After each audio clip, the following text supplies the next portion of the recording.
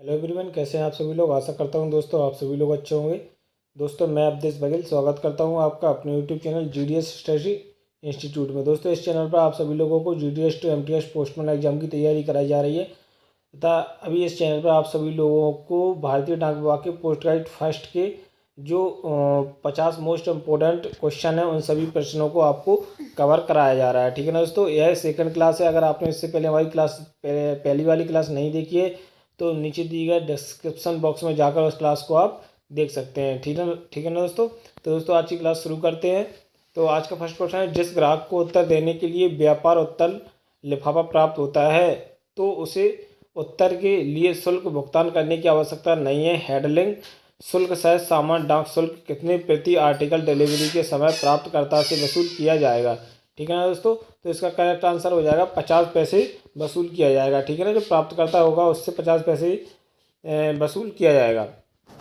Next question है दोस्तों, प्रति आर्टिकल डाक शुल्क के अतिरिक्त व्यापार उत्तर कार्ड पर प्रति लिफाफा हैंडलिंग प्रभार है। ठीक है ना दोस्तों, इसका करेक्ट आंसर हो जाए 1 रुपये। कितना हैंडलिंग प्रभार होगा प्रति लिफाफा, एक लिफाफे पर 1 रुपये का प्रति हैंडलिंग प्रभार लगेगा। ठीक है ना फ्रेंड्स। नेक्स्ट क्वेश्चन है दोस्तों, व्यवसाय उत्तर सेवा लिया गया परमिट कब तक लागू रहेगा। ठीक है ना, जो व्यवसायिक सेवा के लिए परमिट लागू रहता है वह कब तक लागू रहता है। ठीक है ना, तो अगले वित्तीय वर्ष तक, मतलब कि 1 अप्रैल से लेकर 31 मार्च तक यह लागू रहेगा। ठीक है ना, 1 अप्रैल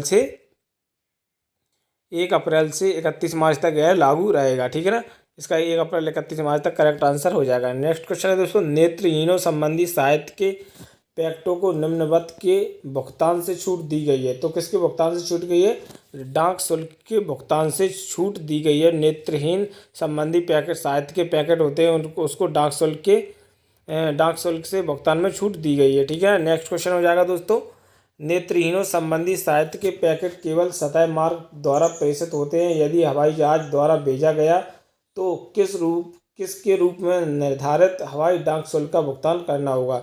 जो किसके रूप में हवाई डाक सेवा का भुगतान करना पड़ेगा, तो पैकेट के रूप में इसका शुल्क का भुगतान करना पड़ेगा। ठीक है। नेक्स्ट क्वेश्चन हो जाएगा दोस्तों, नेत्रहीनों संबंधी साहित्य पैकेट में निम्न में से कोई नहीं होना चाहिए। जो साहित्य पैकेट होते हैं उसमें से कौन नहीं होना चाहिए? लिखित संचार नहीं होना चाहिए। ठीक है ना दोस्तों। नेक्स्ट क्वेश्चन है दोस्तों यह बहुत ही इंपॉर्टेंट क्वेश्चन है। आपको इन सभी लोगों क्वेश्चन को याद करना है, क्योंकि इसी प्रकार के क्वेश्चन आपके जीडीएस टू एमटीएस पोस्टमैन या पीएससी एग्जाम में पूछे जा सकते हैं। तथा मैं आपको जो क्वेश्चन करा रहा हूँ वो बहुत ही मोस्ट इफेक्टिव क्वेश्चन है। ठीक है ना फ्रेंड्स। 7 क्वेश्चन है, नेत्रहीन संबंधी साहित्य पैकेट का वजन निम्न से अधिक नहीं होना चाहिए। कितने किलोग्राम से अधिक नहीं होना चाहिए? जो साहित्य पैकेट होते हैं नेत्रहीन साहित्य पैकेट, उनका 7 किलोग्राम से वजन अधिक नहीं होना चाहिए। ठीक है ना फ्रेंड्स। नेक्स्ट क्वेश्चन है फ्रेंड्स, समाचार पत्र का पंजीकरण या निम्न के कार्यालय में लाइसेंस के लिए पंजीकृत होना चाहिए। जो समाचार पत्र का पंजीकरण होता है वह किसके लाइसेंस के लिए पंजीकृत होना चाहिए? एसपीओ। ठीक है ना, इसका करेक्ट आंसर हो जाएगा एसपीओ के लिए पंजीकृत होना चाहिए। नेक्स्ट क्वेश्चन है, समाचार पत्र के पंजीकरण के लाइसेंस के तहत पोस्ट किए गए अखबारों की प्रत्येक कॉपी अथवा प्रतियों का बंडल पोस्ट किया जाना चाहिए। कि उसको किस प्रकार से पोस्ट करना चाहिए? समाचार पत्रों के बंडल को खुले छोरों वाले आवरण के बिना या आवरणों सहित। ठीक है ना, जो खुले छोरों वाले आवरण होते हैं उसके बिना या आवरण सहित उसको पोस्ट करना चाहिए। नेक्स्ट क्वेश्चन है दोस्तों, पंजीकरण निम्न पर मुद्रित नहीं किया जाना चाहिए। जो पंजीकरण होता है वह किस पर मुद्रित नहीं किया जाना चाहिए? आवरण पर पंजीकरण की मुद्रित नहीं किया जाना चाहिए। ठीक है ना। नेक्स्ट क्वेश्चन है दोस्तों, प्रतिबंधित या संदिग्ध आर्टिकल के लिए पाया गया कोई भी पोस्टल आर्टिकल निम्नवत लिखकर अग्रेषित किया जाएगा। जो संदिग्ध आर्टिकल होता है, जो पाया जाता है, या कोई आर्टिकल होता है जो संदिग्ध होता है, तो उसको क्या लिखकर उस पर अग्रेषित किया जाएगा या भेजा जाएगा। ठीक है, तो उसको संदिग्ध लिखकर उसके ऊपर संदिग्ध लिख दिया जाएगा और उसको वापस कर दिया जाएगा। ठीक है ना। कोई अभद्र या अश्लील प्रिंटिंग, पेंटिंग, फोटो अथवा अन्य अभद्र या अश्लील आर्टिकल किसके द्वारा नहीं भेजा जा सकता है? तो उसको डाक के द्वारा नहीं भेजा जा सकता है। मोस्ट इंपोर्टेंट क्वेश्चन है, इसको अच्छे से याद कर लें। ठीक है ना, ये क्वेश्चन एमटीएस में पूछा गया था। ठीक है ना, जो 2020 का एग्ज़ाम हुआ था एमटीएस का, उसमें यह क्वेश्चन पूछा गया था। नेक्स्ट क्वेश्चन दोस्तों, कोई भी जीवित प्राणी या अन्य चीज़ें जो विषाक्त हो अथवा अन्य पोस्टल आर्टिकल को क्षति पहुंचाया हुआ है किसके द्वारा नहीं भेजी जा सकती हैं? तो पोस्ट के द्वारा नहीं भेजा जा सकता है। कोई भी जीवित प्राणी या फिर अन्य प्रकार की जो विषाक्त वस्तुएं या जहरीली वस्तुएं या अन्य पोस्टल आर्टिकल जो भारतीय डाक विभाग को क्षति पहुंचाते हों, तो उस आर्टिकल को पोस्ट ऑफिस के द्वारा नहीं भेजा जा सकता है।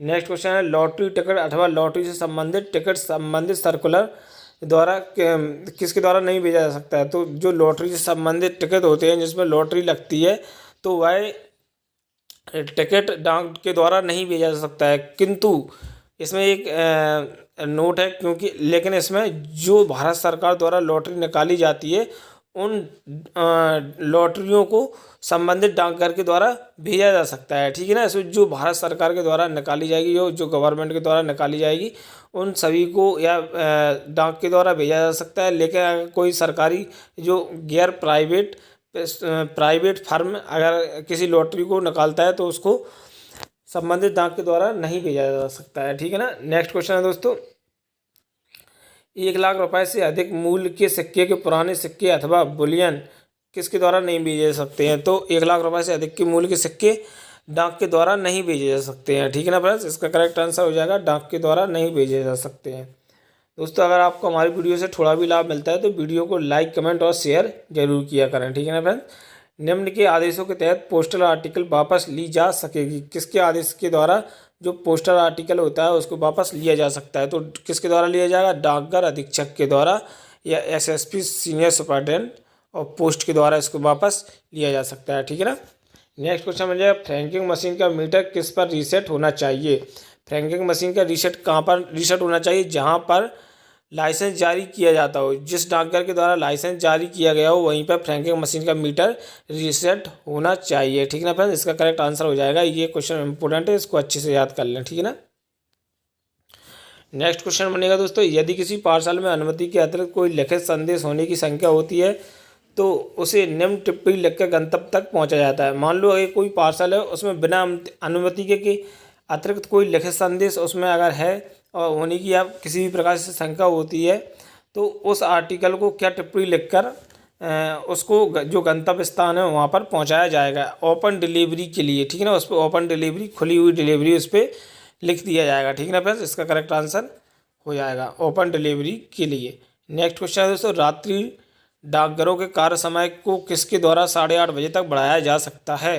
तो जो रात्रिकालीन डाकघर होते हैं दोस्तों, इसमें से 1 से 2 क्वेश्चन आपके जरूर बनते हैं, इसलिए इस वाले टॉपिक को आप अच्छे से याद कर लें, ठीक है ना। रात्रि डाकघरों के कार्य समय को किसके द्वारा 8:30 बजे तक बढ़ाया जा सकता है? तो महानिदेशक डाकघर के द्वारा इसको बढ़ाया जा सकता है। ये भी मोस्ट इंपॉर्टेंट क्वेश्चन है, इसको अच्छे से याद कर लें दोस्तों। आप हमारे साथ इसको 2 बार रिपीट कर भी इसको क्वेश्चन को याद कर सकते हैं। दोस्तों अगर आप हमारे चैनल से आपको थोड़ा भी लाभ मिलता है तो चैनल को लाइक, कमेंट और शेयर जरूर किया करें। ये बात मैं आपको बार बार इसलिए कह रहा हूँ क्योंकि दोस्तों वीडियो बनाने में बहुत ही मेहनत लगती है और मैं आपको बहुत ही मुश्किल से ये 50 MCQ लेकर आता हूँ। तो दोस्तों आप मोटिवेशन के तौर पर मुझे वीडियो को लाइक ज़रूर किया करें और शेयर ज़रूर किया करें, क्योंकि आपके लाइक, कमेंट और शेयर करने से मुझे मोटिवेशन मिलता है तथा मैं आपको डेली बेसिस पर इसी प्रकार के वीडियो लाता रहूँगा, ठीक है ना फ्रेंड्स। नेक्स्ट क्वेश्चन हो जाएगा 20 क्वेश्चन है, पोस्ट रेस्टेंट के रूप में चिन्हित BP आर्टिकल को कितने दिन तक जमा रखा जा सकता है? जो पोस्ट रेस्टेंट आर्टिकल होते हैं उसको कितने दिन तक आर्टिकल को जमा रखा सकता है? 7 दिन तक रखा जा सकता है। मोस्ट इंपोर्टेंट है, अच्छे से याद करें इसको भी। नेक्स्ट क्वेश्चन है दोस्तों, रजिस्टर आर्टिकल पर शुल्क अथवा डाक शुल्क में कमी के मामले में कितना शुल्क वसूल किया जा सकता है या किया जाएगा?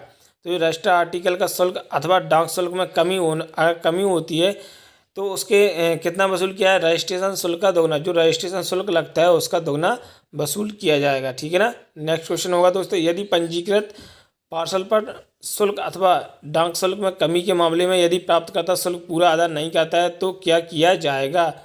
यदि मान लो कोई पार्सल है उस पर पार्सल पर शुल्क अथवा डाक शुल्क की किसी प्रकार से जो डाक शुल्क है वह कम लगाया गया था, यदि प्राप्तकर्ता उस डाक शुल्क को नहीं देता है, जो भारतीय डाक का जो डाक शुल्क बनता है उसको नहीं देता है, तो उस मामले में उसके साथ क्या किया जाएगा? तो उसके साथ वसूली के लिए प्रेषक को पार्सल लौटाया जाना चाहिए। जो प्रेषक है वो अगर जो यदि प्राप्तकर्ता उस जो पार्सल शुल्क है उसको, जो पार्सल शुल्क लग रहा है उस पार्सल शुल्क को दे देता है तो वह डिलीवर कर दी जाएगी। ठीक है ना फ्रेंड्स। अगर वो प्राप्तकर्ता जो डाक शुल्क है उसको नहीं देता है तो वह वसूली करने के लिए पुनः वापस उसको पार्सल के लिए भेज दिया जाना चाहिए। ठीक है ना। इसका करेक्ट आंसर वसूली के लिए प्रेषक को पार्सल लौटा जाना चाहिए। ठीक है ना। इसका करेक्ट आंसर हो जाएगा फ्रैंकिंग मशीन के लाइसेंस धारक को दिन के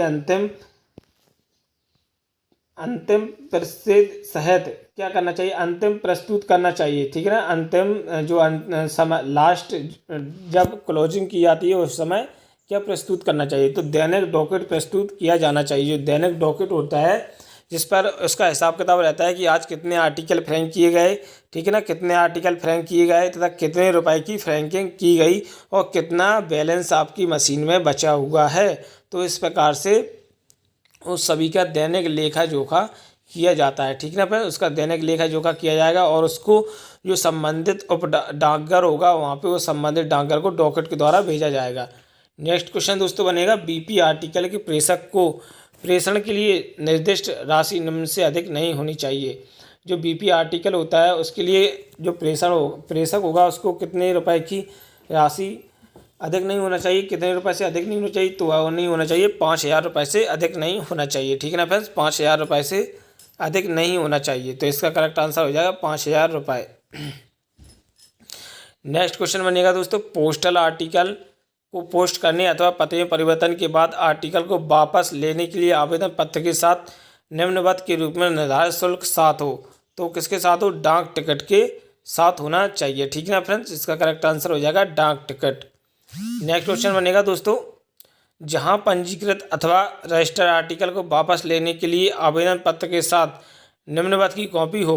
जहां पर पंजीकृत आर्टिकल अथवा रजिस्टर्ड आर्टिकल को वापस लेना हो तो आवेदन के साथ क्या होना चाहिए, निम्नवत की कॉपी है। पोस्ट ऑफिस द्वारा दी गई मूल रसीद।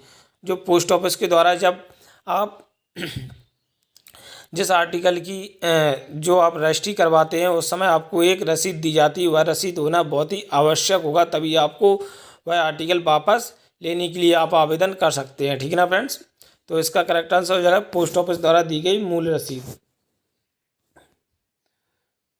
यदि भुगतान के लिए प्रस्तुत भारतीय पोस्टल ऑर्डर को बचत बैंक के माध्यम से किया जाना आवश्यक है तो यह स्याही से क्रॉस किया गया हो। ठीक है ना।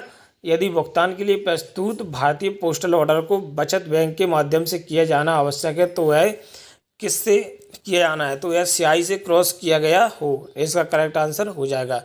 नेक्स्ट क्वेश्चन है, जिस मनी ऑर्डर का भुगतान नहीं किया गया है उसके प्रेषण की इच्छा है कि उसका भुगतान रोक दिया जाना चाहिए तो उसके कार्यालय लिखित रूप से आवेदन करना चाहिए जिस पर यह जारी किया गया था। ठीक है ना। कहाँ पर आवेदन करेगा वह व्यक्ति, जहाँ पर यह उसने IMO या मनी ऑर्डर वहाँ पे जिसने जारी करवाया था वहीं पे वह उस पर आवेदन देगा। ठीक है ना। उस नेक्स्ट क्वेश्चन होगा दोस्तों, जिस मनी ऑर्डर का भुगतान नहीं किया गया है उसके प्रेषक की इच्छा है कि उसका भुगतान जिस व्यक्ति के नाम में यह आदेश है उसके अलावा अन्य व्यक्ति के नाम में हो, अपेक्षित परिवर्तन निम्नवत का भुगतान करने पर किया जाएगा। पहली कमीशन राशि के बराबर दूसरी कमीशन राशि। इसका करेक्ट आंसर हो जाएगा। ठीक है ना फ्रेंड्स। नेक्स्ट क्वेश्चन बनेगा दोस्तों, सिवाय इसके कि जहां BP प्रणाली लागू है वहां कोई पोस्टमैन के साधारण बीट के भीतर रहता है उसके पते पर प्राप्त सभी पत्रों को भी पोस्ट ऑफिस की खिड़की पर नियमित रूप से डिलीवरी किए जा सकते हैं। तो इसका दोस्तों करेक्ट आंसर क्या हो जाएगा, किसी भी शुल्क से मुक्त होगा। ठीक है ना दोस्तों। अगर पोस्ट ऑफिस की खिड़की पर वह जो आपका पत्र है उसको बांटता है पोस्टमैन तो वह जो प्राप्त करता है वह सभी शुल्कों से मुक्त रहेगा। ठीक है ना दोस्तों।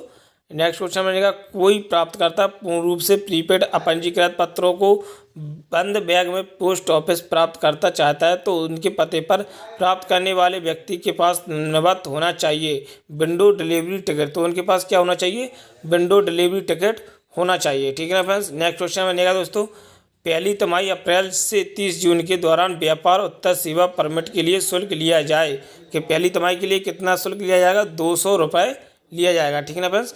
नेक्स्ट क्वेश्चन होगा दोस्तों, व्यापार उत्तर सेवा के लिए परमिट निम्नवत तक लागू होगा। जो व्यापार उत्तर सेवा है उसके लिए परमिट कब से कब तक लागू होगा, वित्तीय वर्ष के 31 मार्च तक। ठीक है ना। नेक्स्ट क्वेश्चन बनेगा दोस्तों, पंजीकृत समाचार पत्र के अतिरिक्त पैकेट के निपटान के लिए पोस्टमास्टर को इन्हें प्रेषक को वापस भेज देना चाहिए। कितने दिन के वापस भेज देना चाहिए? पंजीकृत समाचार पत्र होता है या अतिरिक्त पैकेट के निपटान नहीं होता तो उसको प्रेषक को कितने दिन तक के बाद वापस भेज देना चाहिए?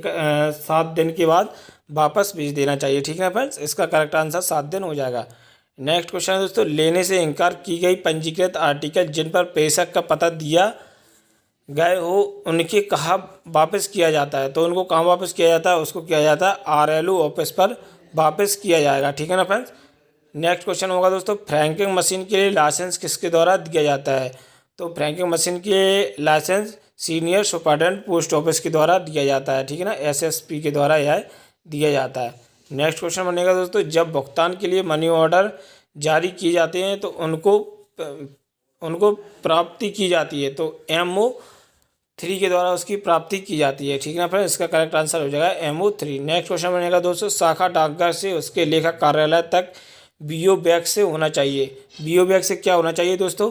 जो शाखा डाकघर होते हैं, जो ग्रामीण डाकघर होते हैं, शाखा डाकपाल होते हैं, उनके जो लेखा कार्यालय, उनके जो सब पोस्ट ऑफिस होते हैं लेखा कार्यालय, उन तक BO बैग से क्या होना चाहिए? BO दैनिक लेखा, जो भी हिसाब किताब होता है उसका दैनिक लेखा होना चाहिए। ठीक है ना फ्रेंड्स, इसका दैनिक लेखा करेक्ट आंसर हो जाएगा। नेक्स्ट क्वेश्चन दोस्तों बनेगा, कौन सा कार्यालय GDS शाखा कार्यालय के लिए बैग बंद करेगा? तो वह GDS शाखा कार्यालय की कौन सा कार्यालय बंद करेगा? लेखा कार्यालय बंद करेगा। ठीक है ना फ्रेंड्स, जो उपडाकघर होगा या जो डाकघर उपडाकघर से, जो डाकघर शाखा डाकघर से लगा होगा वह उसके लिए शाखा डाकघर के लिए बैग थैला बंद करेगा। नेक्स्ट क्वेश्चन होगा तो BPMO फार्म की कीमत है, जो BPMO फार्म है उसकी कीमत क्या है? 25 पैसे है। ठीक है ना फ्रेंड्स। नेक्स्ट क्वेश्चन होगा, वह राशि जिसके लिए जारी किया गया एक साधारण ई मनी ऑर्डर से अधिक नहीं होना चाहिए। वह राशि कितनी है? एक साधारण मनी ऑर्डर कितने रुपए तक अधिकतम किया जा सकता है? 5,000 रुपये तक का अधिकतम किया जा सकता है। ठीक है ना फ्रेंड्स, 5,000 रुपये इसका करेक्ट आंसर हो जाएगा। नेक्स्ट क्वेश्चन है दोस्तों, IMO के अदत्त को निम्न करना होगा। जो IMO होगा उसके अदत्त को क्या निम्न करना होगा? एक फॉर्म भरना होगा। ठीक है ना, उसको एक फॉर्म भरना होता है। ठीक है। नेक्स्ट क्वेश्चन दोस्तों होगा, यदि कोई अदत्त कई मृत्यु के मामले में BP को भुगतान किया जाएगा। यदि कोई लेने वाला है और उसकी मृत्यु हो जाती है तो वो BP को भुगतान कैसे किया जाएगा? तो उसको क्षतिपूर्ति ब्रांड निष्पादित करने के लिए बाद दावेदार को किया जाएगा। जो क्षतिपूर्ति होगी उसको, जो ब्रांड होगा उसके निष्पादित को दावेदार को किया जाएगा। ठीक है ना। नेक्स्ट क्वेश्चन होगा, यदि व्यक्ति MO मूल्य और कमीशन का भुगतान कैसे कर सकता है? MO इसका भुगतान कैसे करेगा? इसका भुगतान करेगा केवल नकद के माध्यम से भुगतान इसका कर सकता है। दोस्तों जो क्वेश्चन कराए जा रहे हैं बहुत ही मोस्ट इम्पोर्टेंट है, इसलिए वीडियो पूरा जरूर देखें। मनी ऑर्डर के मामले में डाकघर किसके लिए जिम्मेदार होगा? मनी ऑर्डर के मामले में कौन सी डाकघर किसके लिए जिम्मेदार होगा? प्रेषक द्वारा दी गई गलत जानकारी के कारण गलत भुगतान के लिए जिम्मेदार होगा। ठीक है ना, इसका करेक्ट आंसर हो जाएगा।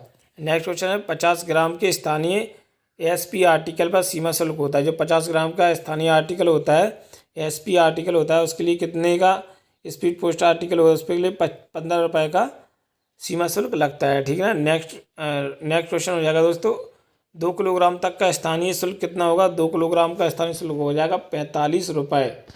ठीक है। नेक्स्ट क्वेश्चन है दोस्तों, डाकघर को निम्न के आवेदन पत्रों की बिक्री करनी पड़ती है।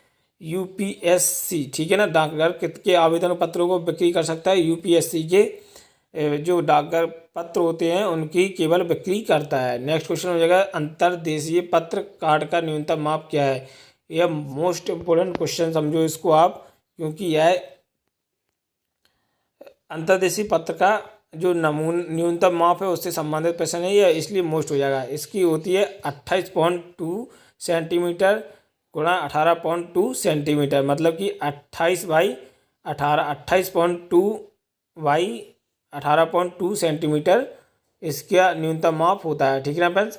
दोस्तों मैंने आप सभी लोगों को ये 50 MCQ कराए हैं। इन्हीं MCQ में से आपसे कम 2 से 3 क्वेश्चन आपको आपके एग्जाम में देखने को मिल जाएंगे, तथा एमटीएस में तो आपको कम से कम 4 से 5 क्वेश्चन इन्हीं में से देखने को मिल जाएंगे, सेम टू सेम क्वेश्चन, ठीक है ना फ्रेंड्स। तो इसलिए आपको इस वीडियो को पूरा देखना है और वीडियो को लाइक करना है, कमेंट करना है और शेयर करना है।